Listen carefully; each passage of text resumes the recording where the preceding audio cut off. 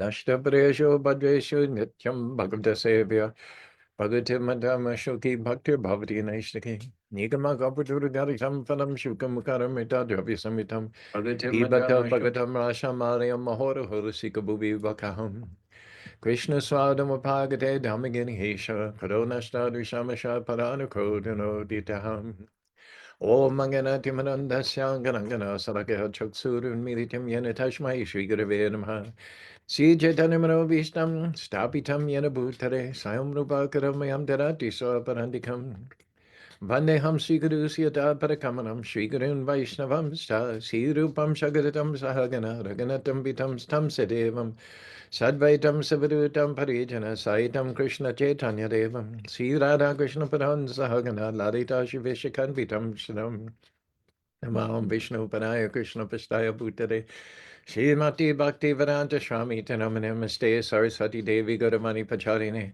Nirvishes Sunivari Praskita Desanani Sri Krishna Chaitanya Prabhu Nityananda Shri Advaita Gadadhar Shivasati Gaur Bhaktavinda Hare Krishna Hare Krishna Krishna Krishna Hare Hare Hare Ram Ram Ram Hare Hare. This is Motivational Monday. We had a nice Sunday program last night. Balabachandra is here with us on Facebook Live, distributed in honor of the upcoming Gita Jayanti, which will be this coming Wednesday. He distributed the better part, most of 24 Bhagavad Gitas without any charge to our guests last night. And as if they were prescient, we had a good number of guests, probably a little bit above average. They all went away with Bhagavad Gitas. And if you want to follow up on that, we'll have the recitation of the entire Bhagavad Gita in the Salt Lake City Temple this coming Wednesday from 5 till 7. And in Spanish, we'll do something more modest. I prefer the 108 main slokas of the Bhagavad Gita rather than reading the entire Gita, which is a more suitable format for just the few of us who are here in Salt Lake City. Also this week, Gopinath Priya will be coming on that same Wednesday from India to help Dina Pavan, also a new arrival. Hopefully these two, they're more than qualified to manage the Salt Lake City Temple and make up for a hiatus of a year and a half or so in which we haven't had any full-time residents. We're very, very excited about unfolding developments in Salt Lake City. Additionally, Yugo Kishore will be here as our guest speaker in Spanish Fork next Sunday. He's the president of the Farmington Detroit Temple. I go there.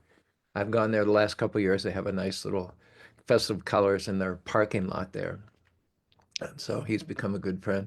He won't be here on Saturday, unfortunately, so he can't speak Saturday night in Salt Lake City, but he'll be here Sunday and Monday. So he's going to talk the Sunday feast on Sunday, and then he'll give a program at Salt Lake City on Monday evening for those who want to come. And that's not all. The news just keeps coming and coming. Krishna Prasad and Agni have been in India for 3 weeks for the marriage of her youngest daughter, and they should be coming back around Friday or so. So it's reasonable to expect that Agni will be chanting during the Sunday feast. Although I have to say I've really enjoyed stepping in the breach. Agni tends to monopolize all the kirtans, singing. But in his absence, I've had to do most of it, and I really enjoy it. So hopefully I'll be able to continue to play some small role in the singing as things move forward. And we'll see. I can't hold a candle to Agni. Can't complain about his singing all the kirtans and arti because he is absolutely the best. But us little guys want a chance once in a while. We're revisiting this verse, 10th verse, 3rd chapter. The nectar just keeps flowing and flowing and flowing. There's no end to it. I don't know how many sessions we spent on this one verse. Satvena pratilabdya niskamya vipastita nama kaiva yanataya nirvana shuka shambhite. Stressing over and over again the point, it's not by our own efforts that we control the Lord, that we force him to come within the purview of our senses. He and he alone is the bestower, as this verse says, of uncontaminated happiness, and he's the master of the transcendental world. Namo Kaivalya Nataya. Therefore, Gajendra offers his respects to him. And basically, this verse has to do with what are the qualifications for approaching the Lord. There are many statements to say that no one can approach the Lord, no one can gain the Lord. And that's generally true because out of millions and millions of people, there might only be one, as stated in Bhagavad Gita, who's interested in perfection. Out of thousands who are interested in perfection, there might only be one who is interested in approaching a bona fide servant, someone who's engaged in service of the Lord so that they themselves can learn the art of service and follow in the footsteps of the previous acharyas who have gone to be with the Lord in the spiritual world.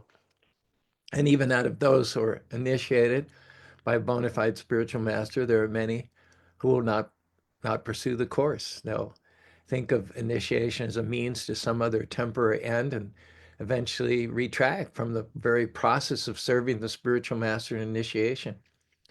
Just in the last couple of weeks, we've had two initiated devotees cancel their very meager, nothing bank breaking, $51 a month. I don't know anyone who can afford $51 a month, but just in the last week, we've had two initiated devotees, one a family and one an individual, who have apparently made the decision that they could better spend that $51 a month on, I don't know, a bicycle for their kids or college education. I don't want to deprive kids of their bicycles or their college education, but I doubt $51 a month, one way or other, would make any difference. And if you want to, instead of expanding after initiation, if you want to get to a certain point and then retract your service, thinking that you're well situated, that you've done as much as you could or you should have done, well, good luck. I mean, good luck. You've taken a pretty big risk by withholding a meager $51 a month. As far as I'm concerned, if you want to go down the middle of the road without risking getting off road and into a ditch, there's several basic things you can do. Not one of them is difficult, but they have to be done consistently without cessation because we're aspiring to step into the eternal service of the Lord. So it's not that you reach a certain point and then you cease and desist and then you coast. This is not a church. This is not a religion. This is Sanatan Dharma. It's the eternal service of the Lord. So chanting 16 rounds is a basic fundamental practice, non-negotiable. Following the four regulative principles is a non-negotiable basic practice. And I believe, and tell me if I'm wrong, supporting the local temple with a few hours service a month, regular attendance at the Sunday programs, and a donation. Our donation process for the initiated devotees is called Nitya Seva. Seva means service by donating some of your hard-earned earnings to the support and nourishment of the local temple. And Nitya means you don't stop. You don't stop. People say, "Oh, true, you're just interested in money. You know, you're nice to us, but when we stop giving donations, then you're not nice." No, I will continue to be nice to you. I'll continue to smile. But honestly, now there's something missing between you and me because my devotional service throughout the last 54 years has been nonstop. It hasn't had start. Well, all right. I can't say that, all day, every day, completely absorbed in Krishna consciousness. There are times when I have my own lapses and daydreaming but but the thing is whatever my commitments have been, I've kept up my commitments. I haven't done them and stopped them. So a word to the wise, just keep it simple, keep it basic, and keep in the middle of the road. Keep moving forward. There isn't any, so many times when devotees get initiated, one of the people that stopped the monthly donation went and got initiated. And pretty much the first thing they did after initiation was stop the $51 a month. Now, I don't care about the money. Money's going to come. We've never had money, trouble money, ever, ever. But I care about I care about devotees who have made a commitment, who have got initiation, and then at some point they get comfortable and they some or other think that they've done enough to now transfer to the spiritual world after death.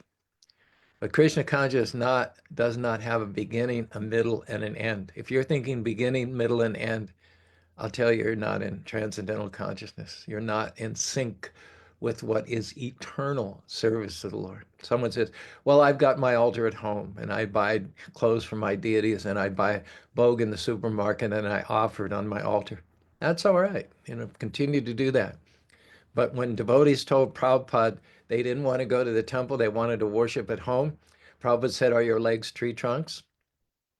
Are your legs tree trunks? Quoting from the second canto of the Bhagavatam, saying those who don't go to the temple have legs like tree trunks and lungs like bellows.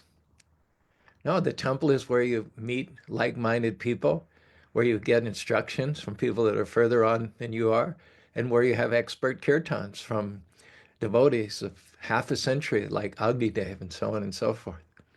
Prabhupada was very clear. You have to take as your first and foremost duties to support your local temple and to associate with the local devotees.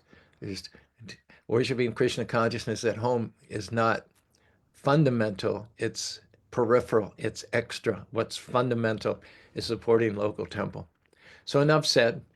But this also is relevant to the point that there's nothing we do per se. There's no act, there's no coup de grace, there's no touchdown that we can make. There's nothing spectacular we can do that now, slam dunk, the Lord is beholding to us.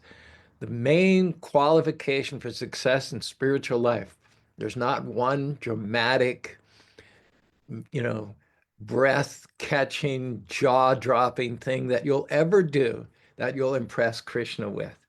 You cannot impress Krishna with your athletic abilities, with your financial contributions, with the dexterity of your memory to remember slokas, with the fidelity to attend the temple. What to speak if you don't even do those basic things? We have to do those basic things, but not with the idea that we're capturing Krishna with one particular quality, one dramatic slam dunk. It's about consistency. Consistency. Let me say that once more. Consistency. That is the single quotation. Satata yuktanam. Yuktana means connect. Connect with Krishna. Tesham means they. They connect with Krishna. Who? What's the word? This is going to be the key. Krishna is saying those connect with Krishna who are great scholars? No. Who give a lot of money? No. Who give a lot of money at a certain point and then don't give any money? No. Who chant for a certain amount of time and don't chant anymore? No. Who follow the regular principles? No. Those yoke up, connect with Krishna, satatam, who are constantly engaged in this devotional service. Their service may not in the least bit be dramatic. They may sweep the floor every day. They may make flower garlands. They may cook in the kitchen. They may keep the books. They may keep the oil and fuel and air filters serviced in the cars. They may grow melons and cantaloupes and cucumbers and green peppers for the Lord. Prabhupada told one story about a lady in Vrindavan. For 40 years, they didn't have tap water at the temple in Radha Damodar. So for 40 years, in the early morning hour, she would bring a bucket of water to the temple and she would knock on the door and wake up the pujaris. She would have already gotten up well before in time to go down to the river, get a bucket of river water from the Yamuna, come to the temple, and then she's waking up the pujaris, perhaps at 4 a.m., so that they can wake up and begin to get ready for Mangalarti. She did that for 40 years, and Prabhupada said she's going back to home, back to God without a doubt. It is consistency. Whatever you're doing, It's better that it be more modest. It'd be better that it not be a burden on you. If you're giving, give what you can easily afford. If you're doing service, do what's, take time out of your schedule, which you can easily, accommodate. But read my lips. Do not ever cease and desist. What you're doing, do not stop. Do not lessen it. Keep going. If you can increase, that's even better. But don't increase at the risk that I'm going to a certain point and then cutting off altogether. Concerned about a nice couple, Aaron and Wendy. Aaron, handsome guy, big guy, 6'6", good looking, beautiful wife. She runs the,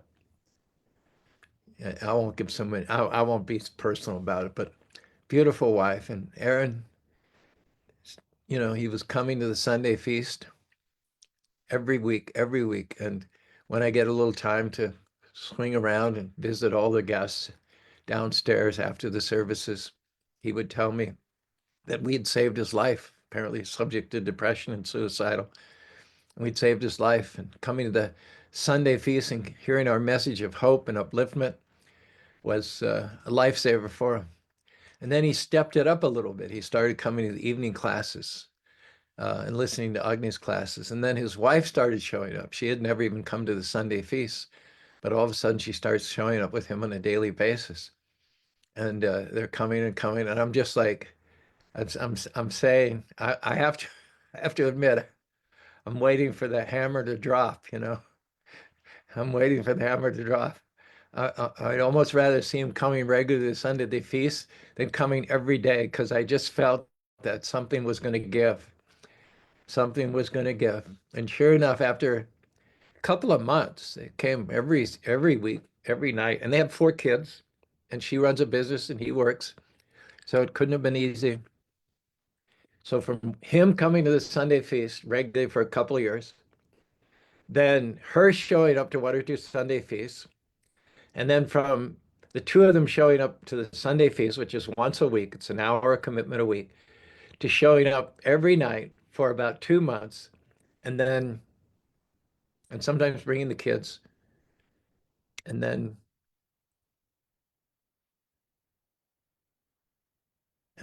that's it. I haven't seen him. Krishna Prasad called the wife and asked, and she said they're not in a good space right now, and so on and so forth. So I hate to see that. I hate to see people get ahead of themselves. Better do what you can do, what you're comfortable doing, but do it consistently. And this is how we make ourselves eligible for the causeless mercy of the Lord. The Lord doesn't have to include us in his inner circle. He doesn't have to attach us to his manjaris. He doesn't have to do that. He has millions and millions of what? Lakshmis, goddesses of fortune, millions of goddesses of fortune serving him at every moment, who cannot live without him, even for a second. Do you think he needs our service? You think he needs your 16 rounds or your $51 a month? He does not, but we need to keep ourselves in the game. Not that we serve him for a while, then get tired of it and drop out or sit on the sidelines or do our home puja and never show up at the temple. See, that's what the Lord's testing you against. That's what he wants to see. He's happy that you're giving a monthly donation. He's happy that you're chanting 16 rounds. Why doesn't he become purchased by your following the principles, chanting 16 rounds and giving? Because he wants to see if you're going to keep it up. He wants to see if you're going to be consistent, or if he wants to see if your mentality is, well, I'll do this for a while until Krishna becomes indebted to me, until Krishna gets to a point where he feels he owes me sufficiently. And then when I get Krishna, then I'll drop him. Having attained Krishna, I will then turn my back and walk away from him. That's what Krishna's watching. He's waiting to see. So sure enough, you fell right into it. You did it for a while. You did it for a year. You did it for 2 years. One person got initiated, and the first official act they did after getting initiated was to stop donating to the temple. And I wouldn't be surprised to stop chanting around. So just do yourself a favor. If you're mildly interested in Krishna consciousness, then just mildly follow. If you're a little more serious, then follow according to your level. Don't pretend to be a big devotee for a while. Don't be so foolish as to think that you can work hard for a few months or a few weeks and then capture Krishna, and then you can drop Krishna like a hot potato. Krishna's not so cheap. He's not so easily attained. You don't have to do anything big. You don't have to be a great scholar, a great yogi. You don't have to give millions and millions of dollars, but you do have to be consistent. You can't get bored by devotional service. You can't let it get stale, get humdrum. If you do that, you're in trouble. That's what Krishna's waiting to see. If you can consistently execute Krishna consciousness with no drop of enthusiasm, in fact, ratcheting up the enthusiasm as the years go by. I can say for myself, my Krishna consciousness is not 24/7. I have lapses, I daydream, but my enthusiasm has always gone up. I'm more enthusiastic at 78 than I was at 60. I was more enthusiastic at 60 than I was at 45. I was more enthusiastic at 45 than I was at 30. I was more enthusiastic at 30 than I was at 23.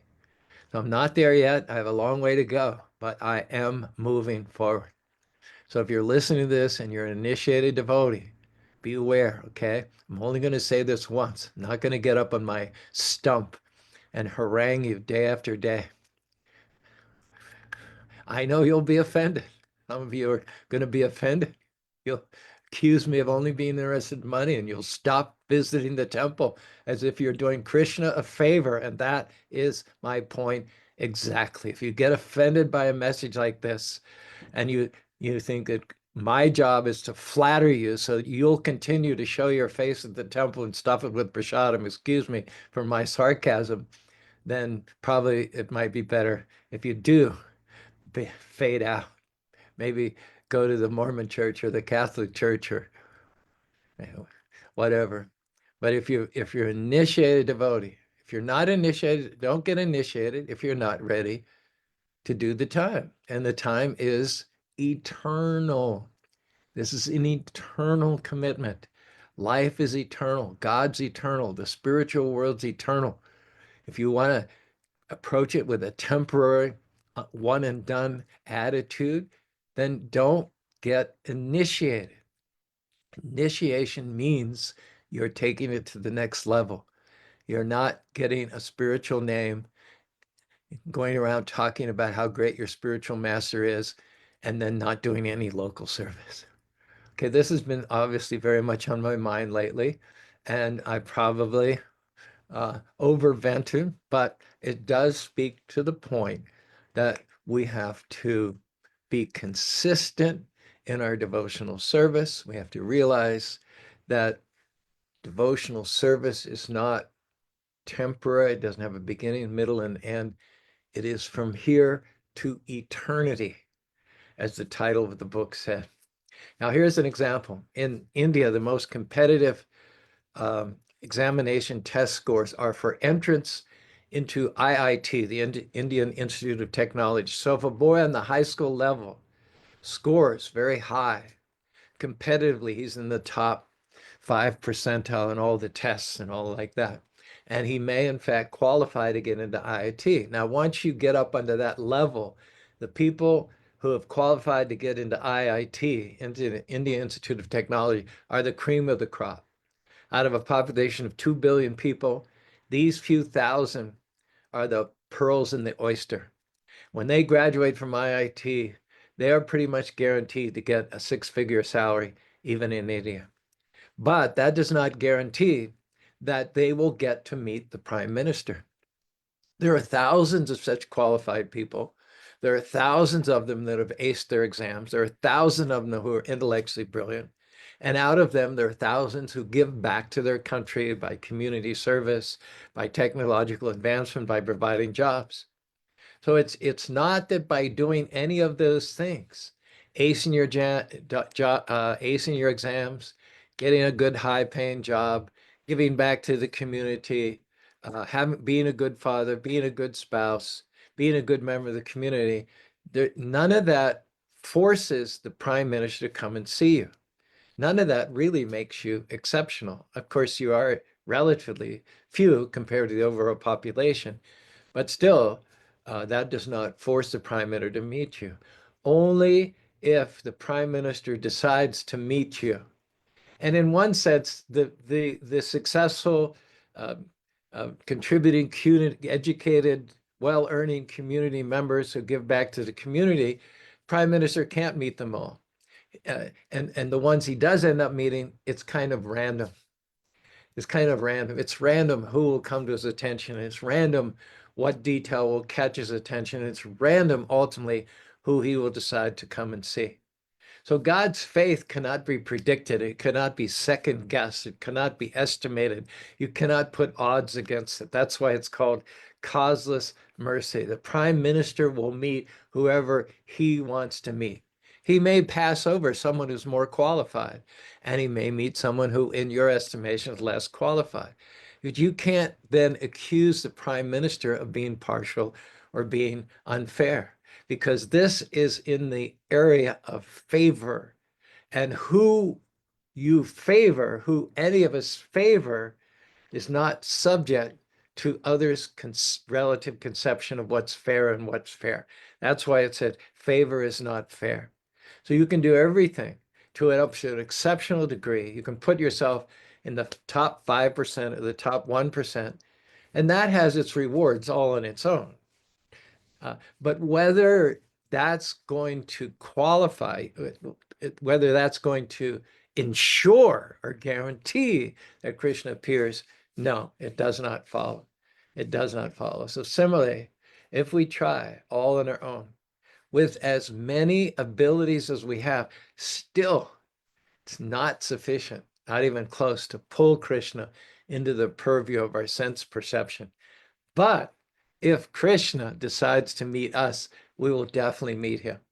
If the prime minister decides to meet someone, even if that someone doesn't have quite the qualifications of someone else, then nothing will stop that from happening. Now, nothing will stop that from happening. If the more qualified person determines they'll meet the prime minister, it's not going to happen. But if the prime minister determines he'll meet the less intelligent person, the less wealthy person, but the more devoted person, then it will definitely happen. Tirupati is the most popular temple, Krishna temple in India by far, said to have been founded by Ramanujacharya around 1200. So sacred that Ramanuja is said to have ascended. The temple sits on a hill called Tirumala Hill. Today there are like 4,000 steps. It takes 2.5 hours to walk up to the temple. There's a road now, but in the old days, say the 1930s, 1940s, everybody had to get to the temple by walking. So in like 800 years ago, 900 years ago, Ramanuja went up that hill on his knees. He regarded not only the deity being worshipped at the top of the hill as being unlimitedly sacred, but the hill on which the deity rested was founded. Ramanuja did not want to touch that hill with his feet, so he went up that hill on his knees. And today, on an average day, 50, 60, 70,000 people wait in line to get darshan of Krishna deity, Balaji, Venkateshwaram. The temple employs pushers, because if everyone were to stay in front of the deity as long as they felt like it, instead of an 8-hour wait to come before the deities, it would be like days and days. So everybody only gets a couple of seconds. After waiting in line 8 hours, 6 hours, they finally get their moment in front of the deity. They fold their hands. They get a second or two to see the deity, and then the pushers say, all right, they do like this.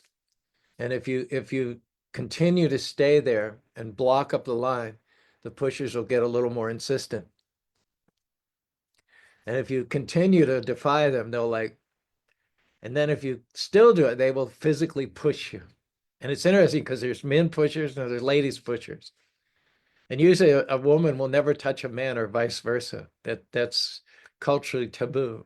But if you aggravate them and if you hold up the line, if you keep so many hundreds of thousands of people from their turn, a lady, if she's on duty and she's the one nearest to you, a lady will come and she'll put her hands on a man's shoulder and she'll push him. Just kind of cute, because that's never done under any other circumstance. So I visited Tirupati a few times. First time I visited, I thought, do I want to wait in line for 6 hours? I thought, there is an option. You can pay hundreds of rupees and get a special ticket. You can go to the kiosk and pay it, but then it's still 2 hours. You get quicker, you get shortcut of it, still 2 hours. And then I'm thinking, but I don't remember how it happened, but I made friends with a devotee named Hari Charan.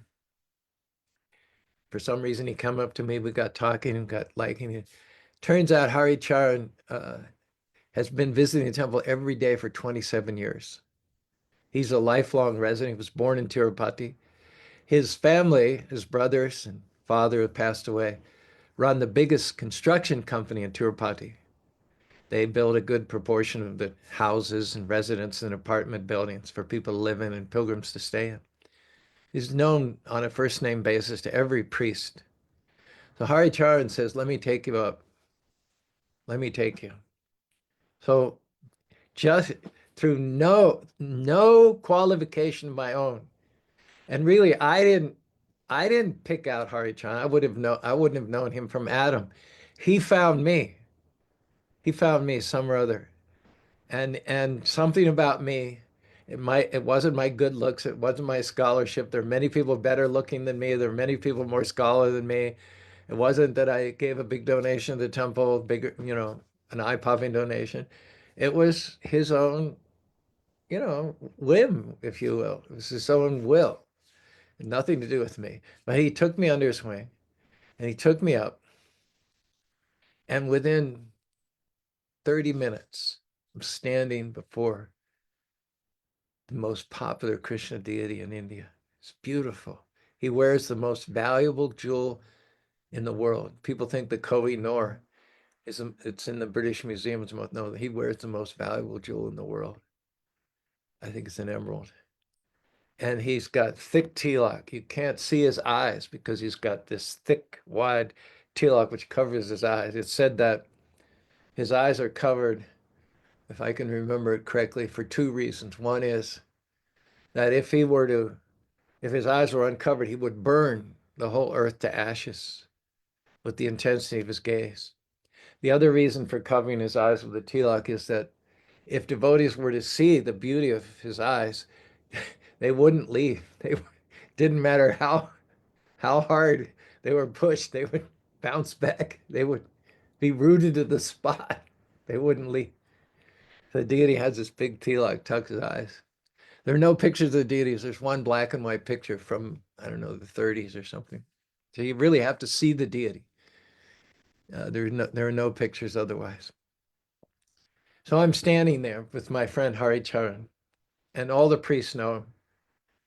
And we go far past the 1 or 2 seconds. That's normal. Far past that. And I'm just thinking, okay, I want to know. I've just, for my own personal records, I want to know how long they're giving me. And so I started chanting Purusha Shukta.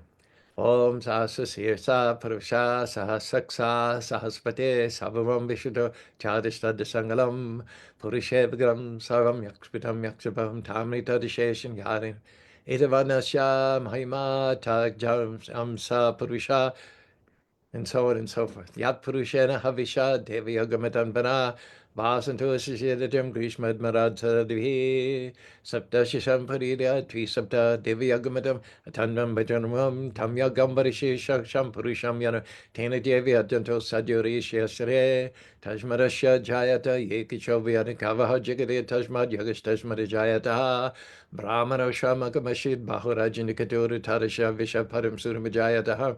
And I'm just kind of chanting this in my memory. And finally, one of the pushers said, okay, now you go. Actually, they pulled me out of line so that I didn't hold up the line. They pulled me forward, and I'm literally standing like 24 inches from the deities in a little alcove there. It was like mind blowing. And finally, they told me go. Okay, so I came out, and then after a few minutes, then we went and visited the Shringa deity. We talked to some priests. We gave a little donation and all. We got some blessings. And then Hari Chan said, let's go again. Let's go again. And I'm like, are you sure? I mean, do you really have that much power that we just got? He said, no, let's go again. So we went around, we circumvented the line, we came in, and he just said a couple words of priest, and there's a gate, there's a barrier, like bicycle racks or something. So they just opened the rack, and there we go again. We're not in the line. We're inside. We're inside the barrier. And we again got second darshan. Later on, I chanted Purusha. I wasn't able to chant the entire Purusha Shukta. With extra verses like 24, it's 17 plus a few extra verses, 24. But I later on I started my watch and I chanted about the same cadence as I had chanted, same speed. And at the point at which they told me to move, it was 1 minute and 17 seconds. Whereas most people get, after waiting in line for 8 hours, they get like 2 or 3 seconds. I had 1 minute and 17 seconds. And then a second darshan, which probably lasted about 30 or 40 seconds. So here's my point. None of that was because of me or anything I'd done or any of my qualifications. It was only because of my connection with Hari Chan. I wasn't going there on my own plumes, on my own abilities, on my own achievements, my own awards. But just because I had achieved some or other due to my good fortune, a friendship, an acquaintance with Hari Chan, and he was in a position to show mercy upon me, to bless me, to do something wonderfully good for me, I went. And so I'm very grateful to the priests. I'm very grateful to Krishna. But the point of my gratitude is Hari Charan. He didn't have to do that. He did it out of the goodness of his heart. So similarly, when we get initiated by a spiritual master, a bona fide representative of the Lord who's engaged in the service of the Lord, we should be so grateful. We should be so grateful to that spiritual master that we never take him for granted, that whatever service we've done on the entral level, we should at least maintain that service, maintain our chanting, maintain our service, maintain our donations, and never, ever retract. Never back up. It is only after millions of births in millions of species of life throughout millions of years on millions of planetary systems that we get the good fortune to connect with a bona fide spiritual master in disciplic succession. It is only by his mercy that we get connected to Krishna and have the chance to go back home, back to Godhead. So whatever you do, having found the shelter of a bona fide spiritual master and connected with the eternal chain of disciplic succession, your return back to home, back to God is ensured. All you have to do is one thing. Don't lessen. Don't back up. Don't cool off. Whatever you have to do, keep the flame of your enthusiasm kindled and burning and keep moving forward. Now, I would say don't lessen what you're doing, keep it the same. But the law of entropy is that you have to build momentum, because as soon as you stop and you try to settle somewhere, what happens is you cool. And eventually you find that you'll relapse. The atmosphere will pull you back down. So it's important to maintain what you've done, to never diminish it.